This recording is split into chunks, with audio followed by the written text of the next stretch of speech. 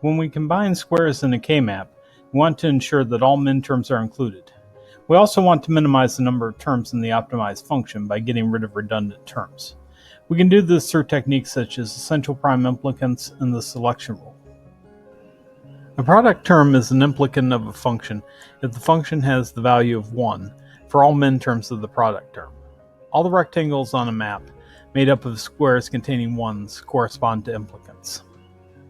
If the removal of any literal p results in a product term that is not an implicant of the function, then p is a prime implicant. On a map, the set of prime implicants corresponds to the set of all rectangles made up of 2 raised to the m squares containing 1s, with each rectangle containing as many squares as possible.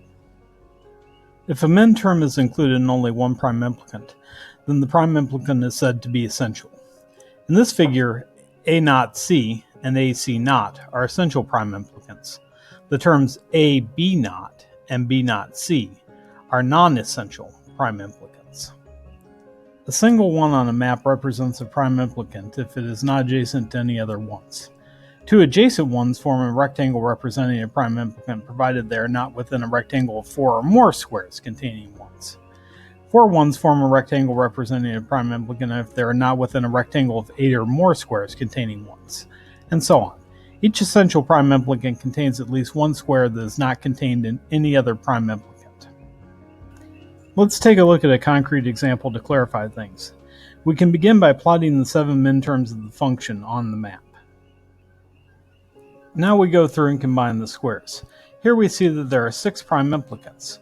Which ones are essential and should be included?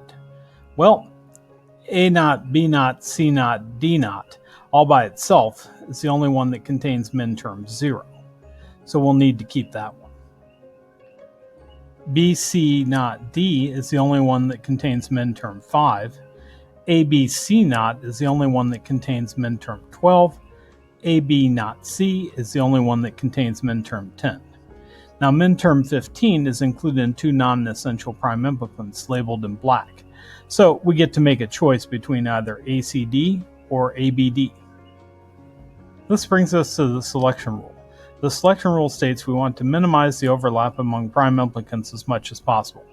In particular, in the final solution, make sure that each prime implicant selected includes at least one minterm not included in any other prime implicant.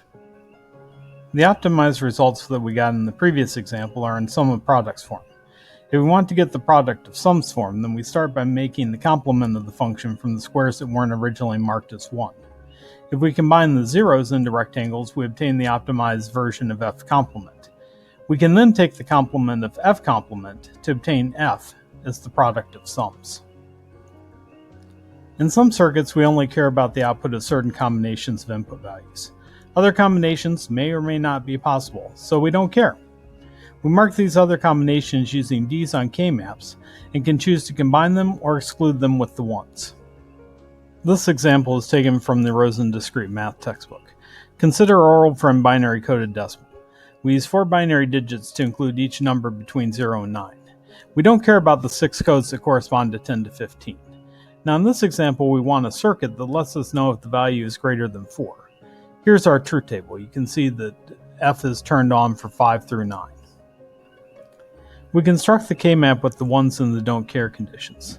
Here we did it based on the truth table, but you can also do this with the sigma notation for the ones and the Ds, which is the route taken in the Mano textbook. We form and combine blocks. As we stated earlier, we can either include or exclude the Ds. Including the Ds in this case gives us a simpler function of w plus xy plus xz. K-maps become awkward for more than 4 variables. They also require visual inspection. The web supplement for the text covers a detailed implementation of the Quine-McCluskey method for circuit optimization. This symbolic approach extends easily for more variables, but it has the drawback of being NP-complete and grows exponentially with the number of variables. The espresso algorithm is used in practice, and it's heuristic and runs in polynomial time, but may not be optimal. Again, it's important to practice with these techniques. Make sure to work through the examples in the text and the homework problems to see how these techniques work. Also, make sure to check into the lesson section of La Lima. Thanks for watching.